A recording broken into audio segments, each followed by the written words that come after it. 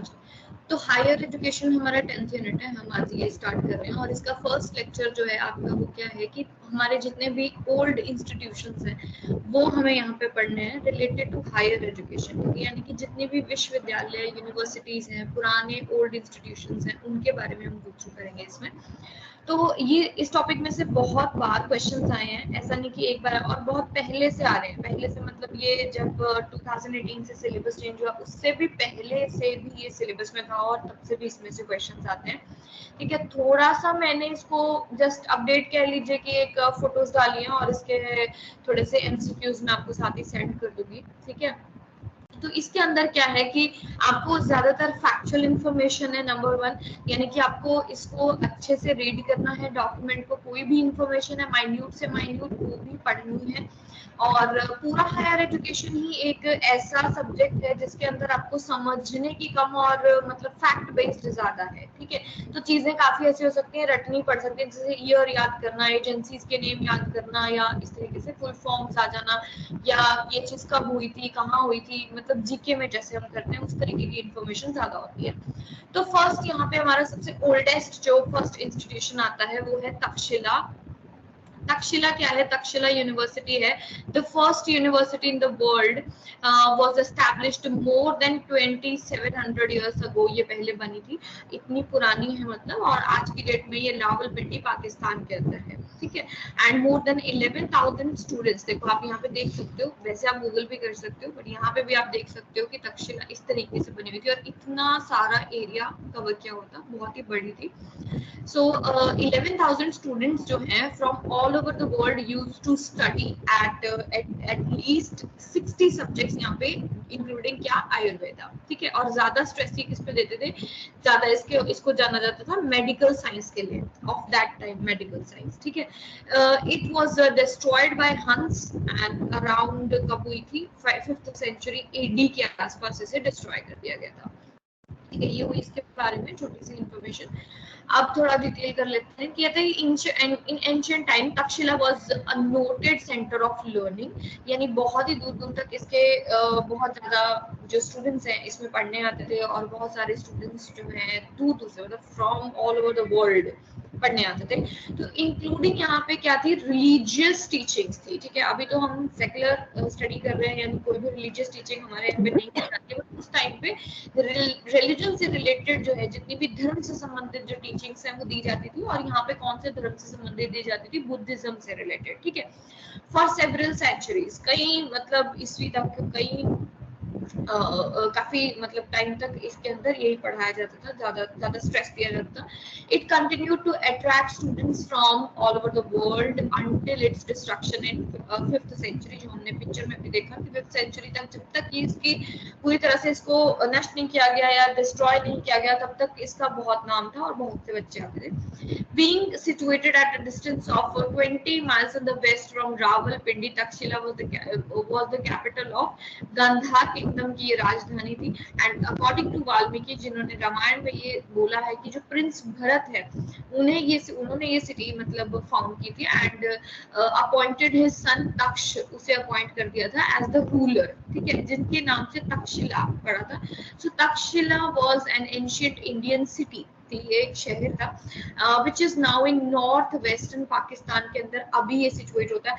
अब ये क्वेश्चंस आ सकते हैं कि तक्षशिला इस वक्त पे कहाँ है, यानी कि कहाँ पे ये मतलब पड़ता है, क्योंकि पहले इंडिया में पड़ता था फिर अब भी पाकिस्तान में चला गया। ठीक है, so it is an important archaeological site and the UNESCO has declared it world heritage site, इसे डिक्लेयर कर दिया गया इन 1980 के अंदर। ठीक है, ये चीजें याद रखनी है। Its fame rested on the university where Chanakya is said to have composed his अर्थशास्त्र। तो बहुत ज्यादा इसे हम इसलिए भी जानते हैं क्योंकि चाणक्य ने यहाँ पे क्या लिखा था? अर्थशास्त्र जो है वो लिखा था। आर्कियोलॉजिस्ट एलेक्जेंडर कनिंगम जैसे उन्होंने डिस्कवर किया था its reign in mid century, जब मतलब इसके जो भी इसके तहस नहस करने के बाद इसको जब ढूंढा गया था, तो जो आर्कियोलॉजिस्ट हैं एलेक्जेंडर, उन्होंने इसे ढूंढा था। So it was an early Buddhist center of learning. Well-known graduates of this university कौन कौन आता है इसके स्टूडेंट्स में? चाणक्य, पाणिनि, चाणक्य, विष्णु शर्मा, जीवाका, ये सारे क्या है इस यूनिवर्सिटी के वेल नोन स्टूडेंट्स हैं जिन्होंने कुछ ना कुछ दिया है हमारे लिटरेचर को, ग्रामर को, या कह लीजिए हमारे वर्ल्ड को कुछ ना कुछ दिया है। इतने ज्यादा वो फेमस और पॉपुलर रह चुके हैं इस यूनिवर्सिटी के students. So this is the world's oldest university, ठीक है, जिसे हम तक्षशिला कहते हैं। अब नेक्स्ट आती है Nalanda university. This is how Nalanda university looks like, और ये पहले का पिक्चर है मतलब, तो इसके बारे में थोड़ा देख लेते हैं। द प्रोविंस ऑफ बिहार, ये बिहार में सिचुएटेड है at a distance of 40 miles south west of modern Patna के से, and 7 miles north of Rajgiri. Nalanda was a famous cultural and educational center of northern India. Nalanda was an ancient center of higher learning in Bihar के अंदर, and from कब से कब तक थी? 427 BCE से 1197 BCE तक, ठीक है। The university was established near about 5th century CE, ठीक है, BCE। देन नेक्स्ट क्या आता है आपका, इसके बारे में काफी डिटेलिंग है, ये भी बुद्धिस्ट स्टडी के लिए जानी जाती है। ये चीजें याद रखनी है कि किस यूनिवर्सिटी में कौन सी स्टडीज के ऊपर ज्यादा स्ट्रेस दिया जाता है या कौन सी स्टडीज के लिए वो जानी जाती है, ये आपके क्वेश्चंस में पूछा जाता है, ठीक है। सो ये भी बुद्धिस्ट स्टडी के लिए जानी जाती है, but it also taught fine arts भी पढ़ाई है इन्होंने, मेडिसिन, मैथमेटिक्स, एस्ट्रोनॉमी, पॉलिटिक्स या फिर आर्ट ऑफ वॉर, उस टाइम पे जैसे युद्ध कला भी सिखाई जाती थी तो वो भी ये सिखाते थे। सो नालंदा's importance comes from its Buddhist roots as a study center of learning, ठीक है, और ज्यादा मतलब ये बुद्धिज्म के लिए जानी जाती थी। एंड इसकी जो प्रोग्रेस है at the hands of Kings of गुप्त डायनेस्टी, यानी कि जो गुप्त साम्राज्य था उसके दौरान ये मतलब इसने अपनी पूरी प्रगति की, इस यूनिवर्सिटी में काफी स्प्रेड हुआ एजुकेशन। तो जो कुमार गुप्ता थे बिल्ड अ मोनेस्ट्री देयर, उन्होंने अपनी एक मोनेस्ट्री बनाई, ठीक है, and a big and strong enclosing walls having only one gateway marked off the entire university area। तो उन्होंने पूरी यूनिवर्सिटी को एक ही वॉल से कवर कर लिया था।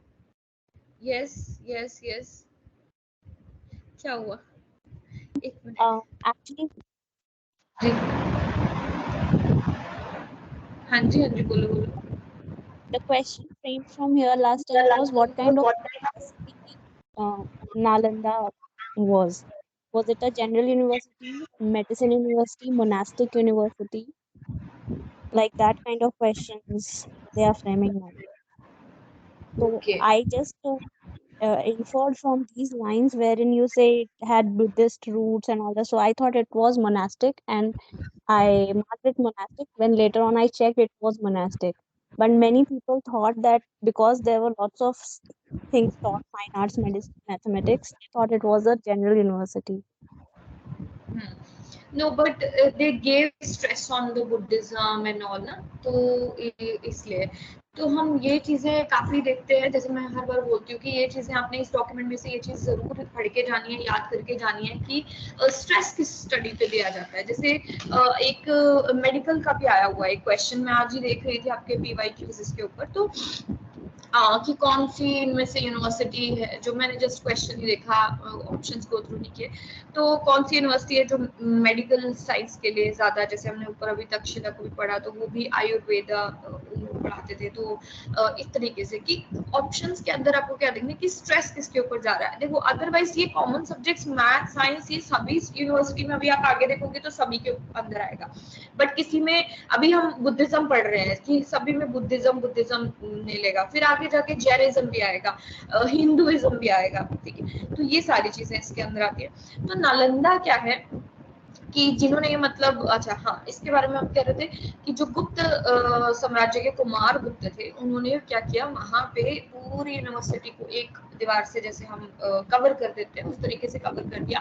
The centre had a 9-story library, अपनी लाइब्रेरी के लिए बहुत ज्यादा जानी जाती थी, एंड बहुत ही मतलब एक अच्छा इंफ्रास्ट्रक्चर लाइब्रेरी का था, एंड बहुत सारे स्टूडेंट्स थे, हाउसिंग उनको मतलब हॉस्टल्स जैसे होते हैं, 10,000 अराउंड स्टूडेंट्स वहाँ पे रहते थे, and providing accommodation for 2,000 professors रहते थे, ठीक है। सो हुआन सांग the famous Pilgrim from China studied and taught for 5 years in 7th century यहाँ पे, ठीक है, उन्होंने काफी टाइम तक यहाँ पे पढ़ा है और खुद भी पढ़े। द एडमिटेंस एग्जामिनेशन, यानी इनका जो एड्रेस एग्जामिनेशन होता था एक नालंदा यूनिवर्सिटी का, which was not so easy, and according to Hiuen Tsang उन्होंने बोला कि ओनली 20% ऑफ स्टूडेंट्स ही उसको क्रैक कर सकते थे, करते थे, मतलब जब भी वो होता था। The minimum age limit was 20 years उस entrance test के लिए for admission into the university, ठीक है, and education board and lodging वगैरह सब कुछ free of cost provide की जाती थी फिर students को। For around 700 years between 5th से लेके जो हमारी 12th century है वहां तक, Nalanda was a center of Buddhist studies in the ancient world, ठीक है। It is said that a great fire wiped out the university, तो वहाँ पे आग लग जाने की वजह से उनकी पूरी जो लाइब्रेरी थी उसमें जितने भी इवन जो मैन्युस्क्रिप्ट्स थे 9 मिलियन मैन्युस्क्रिप्ट्स, ठीक है, वो सारे जल गए थे और मतलब सब कुछ वहाँ पे जल गया था due to the fire at the beginning of 12th century के आसपास। तो Nalanda the unique symbol of Indian philosophy, art, civilisation after a glorious career of 700 plus years, ठीक है, इतने साल ये यूनिवर्सिटी चली। तो वो बारबरिज्म मतलब कि किसकी बर्बरता के अंदर आ गया, वो मोहम्मद जो आपके ये बख्तियार खिलजी हैं, उन्होंने मतलब जैसे हमारे उस टाइम पे जो मुगल थे या गुप्त थे या जो मतलब हमारा जो हिस्टोरिकल वॉर्स चलते थे उसके दौरान क्या हुआ कि उन्होंने आग लगा दी इस यूनिवर्सिटी के अंदर, and towards the end of 12th century उन्होंने इसे डिस्ट्रॉय कर दिया। He destroyed the university and put the library on fire, पूरा उन्होंने सब तहस नहस कर दिया और उसके बाद उन्होंने आग लगा दी, एंड द इनोसेंट मॉन्क्स जो वहां पे थे और या फिर स्टूडेंट्स थे वो भी उसके अंदर मतलब मारे गए, ठीक है।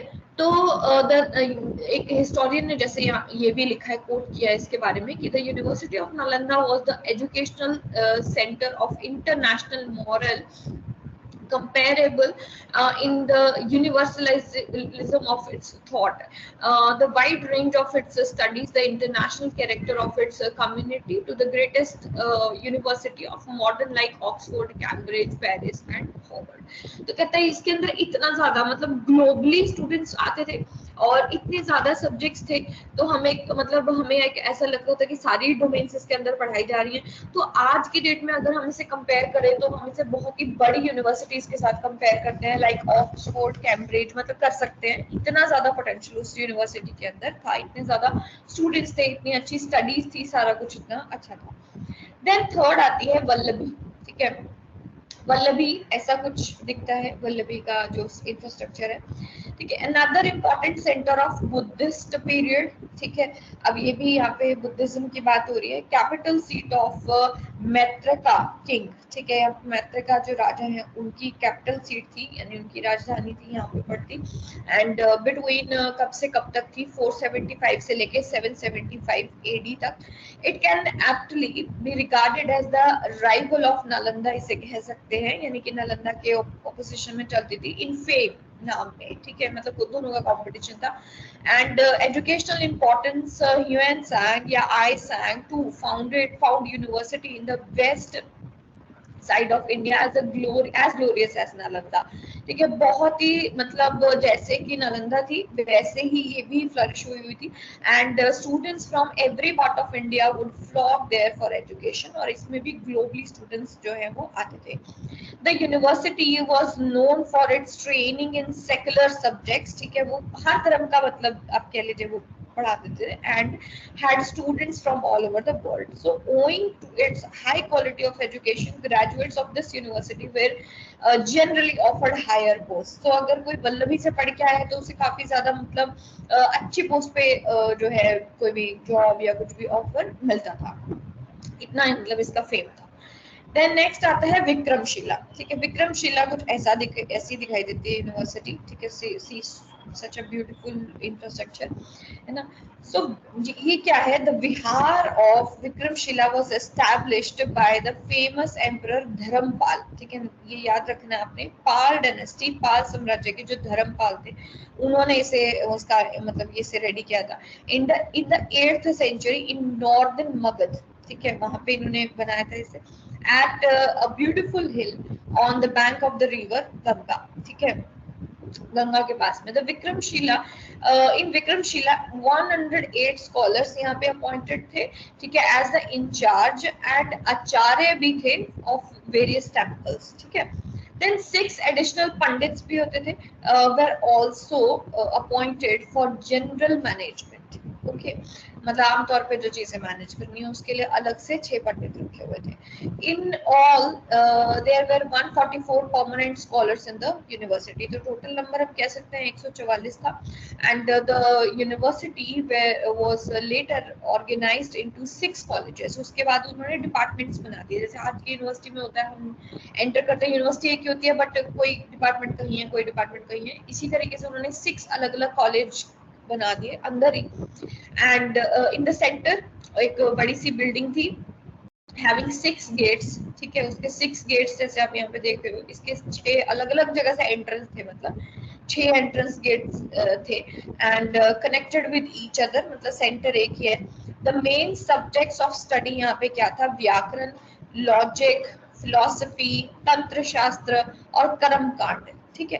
एंड लेटर जो तंत्र शास्त्र है उसके लिए इसकी ज्यादा पहचान थी, यानी कि ज्यादा इसे जाना जाता था तंत्र शास्त्र विद्या के लिए। Then degrees were conferred on the graduates and post graduates के लिए, हम मतलब जैसे कॉन्वोकेशन करते हैं उसके लिए कॉन्वोकेशन को समवर्तन कहा जाता था, और इस कॉन्वोकेशन के लिए वो बंगाल के जैसे रूलर को बुलाना या किसी मतलब हम चीफ गेस्ट को जैसे बुलाते हैं डिग्रीज बांटने के लिए, तो वो भी किया जाता था। And Vikramshila university was destroyed by Bakhtiyar Khilji ने इसे डिस्ट्रॉय किया था अगेन, एंड कब किया था, 1203 एडी के अंदर किया था। It is said that the Muslims took the Bihar as a fort, उन्होंने किले की तरह इसको यूज करना शुरू कर दिया था, and they killed most of the Monks, और बहुत सारे आचार्य जो मॉन्क्स थे उनको उन्होंने मार दिया था, ठीक है। देन आता है मिथिला। अब मिथिला क्या है, ऐसा कुछ दिखाई देता है, ठीक है। मिथिला जो है उपनिषदिक एज का है, ठीक है, जैसे जब हम ये सीता को हम मिथिला के नाम से जानते हैं या वैदेही के नाम से जानते हैं, तो मिथिला जो प्लेस है वो सीता के जन्म के लिए जाना जाता है ना, इसीलिए हम इसके नाम को जानते हैं। सो उपनिषद एज के अंदर मिथिला जो है एक बहुत ही जानी पहचानी ब्राह्मणिकल सिस्टम ऑफ एजुकेशन के लिए जानी जाने लगी, यानी कि जो ब्राह्मणों का जो सिस्टम है उसको एजुकेट करने के लिए, यानी कि जो ब्राह्मण विद्या है वहां पे वो दी जाती थी। It was named as Vaidehi, ठीक है, जैसे मैंने अभी बोला।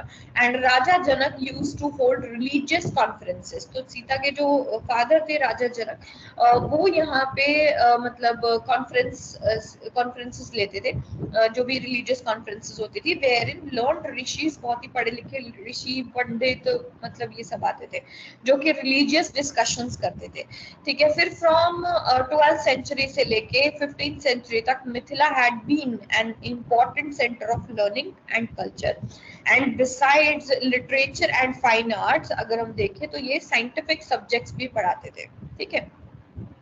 there was a न्याय शास्त्र also, न्याय शास्त्र भी पढ़ाते थे। Ganesh Upadhyay founded a school of new logic, यहाँ पे न्यू लॉजिक जो आप पढ़ते हो ना रीजनिंग के अंदर, नव्य न्याय, ठीक है, उसके बारे में भी यहाँ पे मतलब ये निकल के आया एक नया logic. Even up to period of Mughal emperor Akbar तक it continued to flourish as an important center of education and culture, credited with country wide review, यानी कि बहुत ही ज्यादा इसने अपना मतलब पूरी तरह से फ्लरिश हो गया, पूरी तरह से सब जगह इसकी जो नाम है वो एकदम से फैल गया। And it was famous specially for its न्याय, जो यहाँ पे मैंने नव्य न्याय बोला, जो न्याय, जो लॉजिक, जो तंत्र शास्त्र है या फिर जो ज्यूरिस्प्रूडेंस है, ठीक है, उसके लिए ये जाना जाने लगा। देन नेक्स्ट आता है उदंतपुरी। उदंतपुरी क्या है, Udantapuri something looks like this, ठीक है, ये यूनिवर्सिटी है। Odantapuri could not attain the level of fame and repute which either Nalanda या फिर विक्रमशिला को जो मिली है, उतना नाम इसे नहीं मिला, बट स्टिल इसके अंदर 1000 के आसपास मॉन्क्स एंड स्टूडेंट्स जो है वो वहाँ पे रहते थे एंड रिसीव्ड एजुकेशन देयर, ठीक है। So this was established by Dharmpal of Pal dynasty during जो है 8th century के आसपास मगध के अंदर बनाया गया। According to the ancient Tibetan records, there were about 12,000 students studying at this university. ठीक है, तो स्टूडेंट्स कम नहीं थे बट इतना नाम नहीं हुआ इस यूनिवर्सिटी का। नेक्स्ट आता है सो ब्यूटीफुल सोमपुरा। ठीक है, इसका देखो आप कितना अच्छा, इसका ये ऊपर का व्यू है, इसका ये फ्रंट का व्यू है। सो सोमपुरा जो है वो भी धर्मपाल ने, मतलब जो पाल डायनेस्टी के धर्मपाल है उन्होंने ही एस्टैब्लिश किया था इन 8th सेंचुरी बंगाल के अंदर। The university spread over 27 acres के अंदर, मतलब इतनी बड़ी लैंड के ऊपर ये बनी हुई थी। Of which the main complex was of one of the largest of kind, यानी कि ये जो मेन कॉम्प्लेक्स है जो इसका बना हुआ वो सबसे ज्यादा मतलब एक मतलब मेन चीज तो वही थी। It was a major centre of learning for Buddhism, Jainism and Hinduism. अब इसमें तीनों चीजें पढ़ाई जाती थी, बुद्धिज्म के साथ साथ जैनिज्म और हिंदुइज्म भी इसके अंदर आ गया। Ornamental terracotta on its outer walls depicted the influence of these of its traditions। तो इसके ऊपर बाहर से जो टेराकोटा किया जाता था उससे इनका ट्रेडिशन भी मतलब दिखाई देता था। ठीक है, एंड मतलब वेल मेंटेन्ड था ये। देन आती है नादिया। नादिया कुछ इस तरीके से दिखाई देती है। नादिया वॉज फॉर्मली, पहले इसे क्या कहा जाता था, नवद्वीप कहा जाता था। It is situated at the confluence of Ganga and Jalangi river in Bengal, वहां पे ये बनी हुई है। It was the centre of trade and commerce as well as learning and culture. ठीक है, तो लर्निंग और कल्चर तो था ही, बट व्यापार के लिए भी मतलब हम इस सेंटर को जानते थे। The importance of Nadia grew still more as a result of the downfall of Nalanda and Vikramshila, and it began to be regarded as an eminent center of Hindu culture and education। तो इसे बहुत ही ज्यादातर Hindu culture के लिए इसे जाना जाता है। और इसका रिजल्ट तब दिखाई देने लगे जब नालंदा नहीं रही और विक्रमशिला नहीं रही। ठीक है, मतलब तब इसके बारे में लोग ज्यादा एक्सप्लोर करने लगे। Education in Nadia University was imparted at 3 centers, namely कहाँ दी जाती थी, नवद्वीप, शांतिपुरम एंड गोपालपुरम। ठीक है, sometimes students study here for 20 years also। ठीक है, पढ़ते थे। देन कांचीपुरम आ जाता है। कांचीपुरम कुछ इस तरीके का दिखता है, and it was a centre for Hinduism, Jainism and Buddhism. From 1st century AD से ये स्टार्ट हुआ था। ठीक है, यहाँ पे पढ़ाना, and achieved great name under the rule of Pallavas. Okay, then आता है मान्यखेता, या इसे मनखेड़ा भी बोला जाता है, मलखेड़ भी बोला जाता है, ऑल्सो कॉल्ड मलखेड़। ये कर्नाटका के अंदर है। ठीक है, और कुछ इस तरीके का दिख रहा है। It rose to prominence under the Rakshaput rule. Scholars of Jainism, Buddhism and Hinduism studied here. And वहाँ पे द्वैत स्कूल की जो मठ है वो भी बनी हुई थी। ठीक है, द्वैत स्कूल का जो थॉट था वो भी इन्होंने अडॉप्ट किया था। देन नेक्स्ट आता है पुष्पगिरी विहार या फिर ललितगिरी। ये कहाँ पे है, ओडिशा के अंदर। ये कुछ इस तरीके का दिखता है। अब इसके अंदर क्या है, it was established by Kalinga king ने ये बनाया था around 3rd century AD near the Udayagiri hills. ठीक है, it is mainly a Buddhist learning centre. तो इसके अंदर ज्यादातर क्या है, बुद्धिज्म। नेक्स्ट आता है श्रद्धापीठ। श्रद्धापीठ ये JNK में है, यानी कश्मीर ऑक्यूपाइड, POK कह सकते हो, Kashmir occupied, sorry Pakistan occupied Kashmir. ठीक है, आज की डेट में मतलब वहां पे है, and it was an important place for Sanskrit scholars के लिए, काफी इम्पोर्टेंट प्लेस है। And many important text were written here. it also has a Shraddha Devi temple, जिसके नाम से इसका नाम पड़ा श्रद्धापीठ।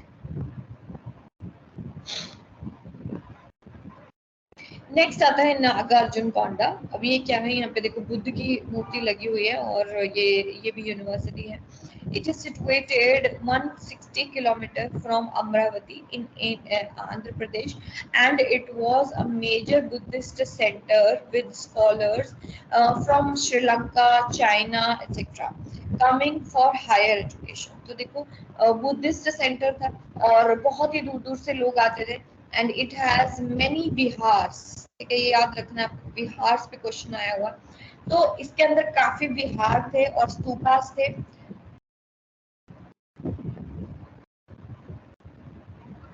It was named after Nagarjuna, ठीक है, उनके नाम से, जो कि साउथ इंडियन स्कॉलर हैं ऑफ महायान बुद्धिज्म, तो ये महायान बुद्धिज्म को मानते थे।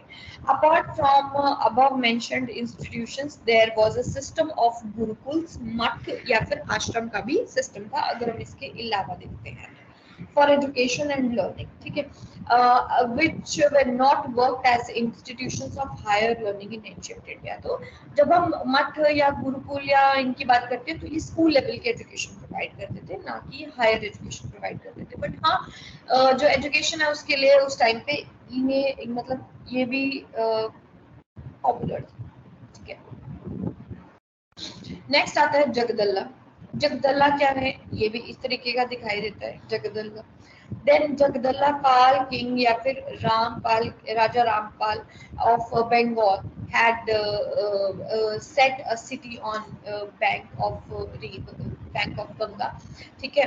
सो वहां पे इन्होंने क्या किया कि 11th सेंचुरी की बिगिनिंग में उन्होंने बनाया वहां पे और उसे नेम किया राणावती नाम से। He also constructed a monastery and named it as Jagdalla। उन्होंने एक monastery भी बनाई और उसका नाम रख दिया जगदल्ला। Soon after this university became the center of learning. It remained the center of learning of Buddhism culture। Buddhist फिर से culture यहाँ पे दिया जाता है for 100 years, and it was destroyed by again Muslims in 1203 AD। In Jagdalla, there were many scholars notable for their knowledge. Their reputation reached Tibet, and their books were translated into Tibetan language। तो उनको इतना ज़्यादा मतलब प्यार मिला, respect मिली उनकी books को, उनकी चीज़ों को, रेपुटेशन मिली, ठीक है, जिससे कि उनकी बुक्स जो है वो तिब्बत के अंदर टिबेटियन लैंग्वेज में ट्रांसलेट तक होने लगी, ठीक है। अब ये जितने 14 सेंटर्स हमने किए हैं, they are all the old centres और ओल्ड इंस्टीट्यूशंस हैं हमारे इंडिया के, ठीक है। इन कंक्लूजन हम क्या कह सकते हैं कि the study of the education system in Vedic period and Brahmanical educational system makes it clear that in those days for residence of teachers, यानी गुरु के रहने का जो स्थान है, where the educational institutions called gurukuls. तो पहले आपको भी पता है कि जहाँ पे गुरु रहता है बच्चा वहीं रह के पढ़ता है। अभी तो क्या है, हम सुबह स्कूल जाते हैं बच्चे और शाम को आ जाते हैं, तो ये सिस्टम नहीं था, ठीक है, वहीं पे ही रहना पड़ता था। There the teacher and the taught lived together as members of single family, family की तरह, मतलब एक ही जगह वो रहते थे। In ancient India the Vedic and Buddhist periods well organised and educational institutions like that of modern age, ठीक है, बिल्कुल एकदम नए जैसे ऐसे लगते थे, had not come into being. तो कहता है उस समय में some monasteries and huge sacred जो places थे have been established, बने थे, and it is said that the learned persons from different places used to assemble there and debate। तो बहुत ही ज्यादा जो ज्ञानी व्यक्ति थे, जिनको बहुत ही पता होता था, वो वहाँ पे इकट्ठे होते थे और डिस्कशन करते थे, डिबेट्स करते थे। Then most of the universities are seen to have ended around 12th century। तो जितनी भी हमने देखी, हमने नालंदा देखी, हमने वो सब देखी, तो ये 12 ईस्वी के 12वीं शताब्दी के आसपास ये क्या हुई, नष्ट होती चली गई सारी की सारी। The destruction of these centers and other places across India was responsible for the loss of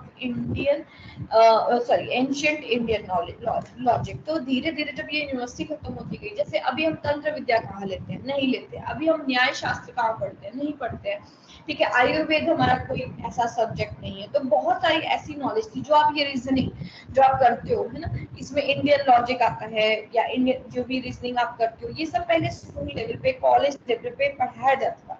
ठीक है, एज अ सब्जेक्ट इसे इंट्रोड्यूस किया जाता था, बट अब ये there is no more such subject. ठीक है, अब इसे आप एडिशनल नॉलेज की तरह लेना चाहते हो तो ले सकते हो। अभी भी आप क्यों पढ़ रहे होगे इसको, क्योंकि आपके पेपर के अंदर है, तो इस तरीके की चीजें। ठीक है, तो ये डॉक्यूमेंट आपको क्लियर हुआ?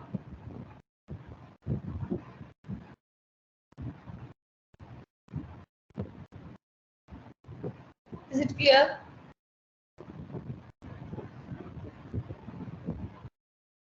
Yes ma'am.